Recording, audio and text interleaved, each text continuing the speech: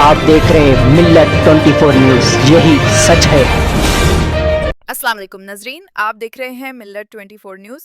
महाराष्ट्र सरकार की तरफ से परभानी व महाराष्ट्र नगर पालिका व महानगर पालिका के चुनाव की का ऐलान हो चुका है। मिल्लत सेवा भवी संस्था के संस्थापक अध्यक्ष अब्दुल अलीम ने कांग्रेस, राष्ट्रवादी कांग्रेस, उद्धव सेना, बीजेपी, शिवसेना शिंदे, अजीत दादा पवार और एआईएमआईएम जैसी पार्टियों से एक अपील की, जिन पार्टियों ने 2017 में परभानी महानगर पालिका को जो उम्मीदवार दिए, जनता ने उनको जिताया, लेकिन वह उम्मीदवार 2017 से 2025 तक जनता की उम्मीदों पर खरे नहीं उतारे। मिल्लत 24 न्यूज़ और मिल्लत सेवा भवी संस्था की उन पार्टियों से अपील है, 2025 में जो महानगर पालिका के चुनाव होने वाले हैं, उसमें नए चेहरों को मौका दे और परभानी के विकास के लिए नई राह तलाश करें, पुराने हटाओ। अब्दुल अलीम, मिल्लत सेवा भवी संस्था, परभानी। रहमतुल्लाहि व बरकातुहू। आज जिस तरीके से महाराष्ट्र में इलेक्शन की सरगर्मियां चालू हो गई, महानगर पालिका, नगर पालिका, पंचायत समिति, जिला परिषद, इन इलेक्शनों की सरगर्मियों के लिए वहाँ की इलेक्शन, वहाँ के लोग और वहाँ के जो इच्छुक उम्मीदवार जो लड़ने के ख्वाहिशमंद थे, वो अपने कामों से लग गए हैं। मेरी अपील, एक बार अपील है, जिस तरीके से 2017 में वहाँ की पार्टियों ने जो उम्मीदवार परभनी के लिए, मैं खासकर परभनी के लिए कहना चाहता हूँ कि परभनी में 2017 में वहाँ की पार्टियों ने जो उम्मीदवार उतारे थे मैदान में, जनता ने उनको जिता कर दिया। लेकिन परभनी की हालत को देखते हुए ये कोई नहीं कह सकता कि वहाँ के उम्मीदवारों ने 5 साल में कोई जनता की खिदमत की और वहाँ के डेवलपमेंट के बारे में कुछ सोचा। तो मैं जनता से एक अपील करता हूँ कि इस बार एक नया परिवर्तन लाने की ज़रूरत है। जिस तरीके से 2017 में जैसा हमने जिता कर दिया था, उन लोगों ने सिवाय अपने घर भरने के दूसरा कोई काम नहीं किया। और आज भी देखा गया तो रोडों की हालत जो कि वो है, जिस तरीके से कहा गया था गुलिस्तान में जब महाविकास अघाड़ी की सरकार थी, तो वहाँ 2.5 साल तक महाविकास अघाड़ी, कांग्रेस और राष्ट्रवादी ने वहाँ हुकूमत की। तो मैं पूछना चाहता हूँ कांग्रेस, राष्ट्रवादी और महाविकास अघाड़ी के उन नेताओं से, वो 2.5 साल के मौके पर तुमने परभनी के सुधार के लिए कोई कुछ क्यों नहीं किया? और जिस तरीके से ये इलेक्शन विधानसभा और लोकसभा का इलेक्शन नहीं है जहाँ पर लिफाफे वालों की बात चलेगी।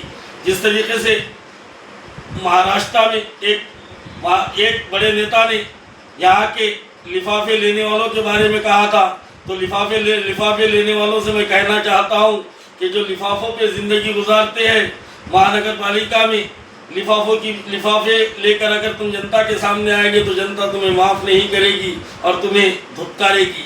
जिस तरीके से जो उलमाओं ने फतवे दिए थे लोकसभा और विधानसभा में, महाराष्ट्र में मुसलमानों को उसका भुगतान आज तक भुगतना पड़ रहा है। बकरीद के मौके पर जो पाबंदी आई है, वही फतवों की वजह से है। और आज वो फतवे देने वाले कहाँ हैं? तो मेरी अपील है उन वैसे लिफाफे लेने वालों से कि महानगर पालिका में ऐसे कोई फतवे ना दे और परभनी के विकास के बारे में सोचने की जनता को टाइम दे। और जनता से मेरी अपील है कि ये महानगर पालिका का इलेक्शन है, यहाँ कोई पार्टी, यहाँ कुछ नहीं, लेकिन यहाँ सिर्फ आपको ये देखना है कि हमारे वार्ड का, हमारे एरिया का, हमारे परभनी का विकास कौन कर सकता है।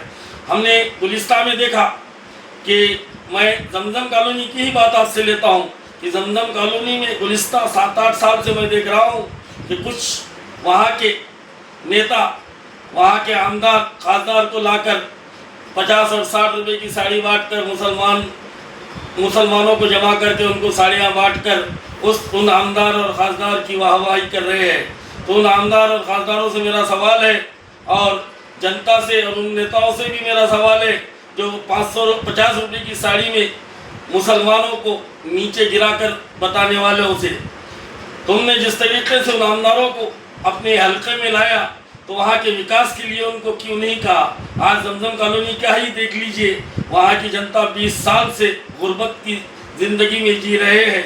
वहाँ के अवाम और वहाँ जिस तरीके से वहाँ के अवाम को बारिश में मुश्किलात का सामना करना पड़ता है ना, परभनी के मैं वहाँ के आमदार और खासदार से अपील करता हूँ कि जिस वक्त परभनी के अंदर बारिश होती है तो जमजम कॉलोनी में का पारवा गेट से घुसकर कवड़गांव रोड को निकल के चश्मे के पास पैदल जाए तो तुमको पता चलेगा कि जमजम कॉलोनी की जनता का क्या होता है।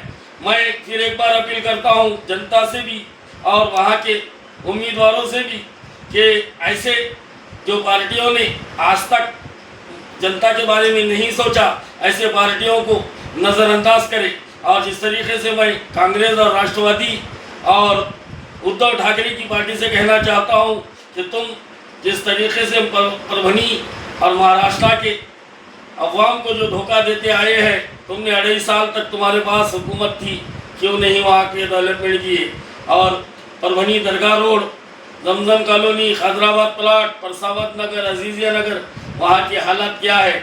और उन कॉरपोरेटरों से भी पूछना चाहता हूँ मैं जो जमजम कॉलोनी और दरगाह रोड पर जिन्होंने 5 साल पूरे किए, 2017 से 2022 तक उनकी मियाद थी, 22 के बाद उनकी जो है तो सदस्यता आ गई है, मगर आज जिस तरीके से वहाँ की हालत जो कि वो है, फिर एक बार अपील करता हूँ मैं कि परभनी में हमको बदलाव लाना है और एक बार एक परिवर्तन लाना है। पुरानों को नज़रअंदाज करते हुए नए चेहरों को चुनकर देने की मैं जनता से अपील करता हूँ। शुक्रिया, खुदा हाफिज़। वेलकम टू सरीन विस्तार।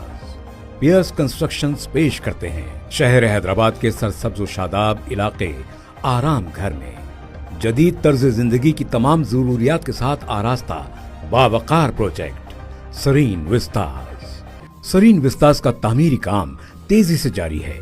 अज़्म है कि ये प्रोजेक्ट 1.5 साल में मुकम्मल हो जाएगा। सरीन विस्तार्स सिर्फ 6,500 रुपए पर स्क्वायर फीट के हिसाब से एक बेमिसाल पेशकश फराहम कर रहा है।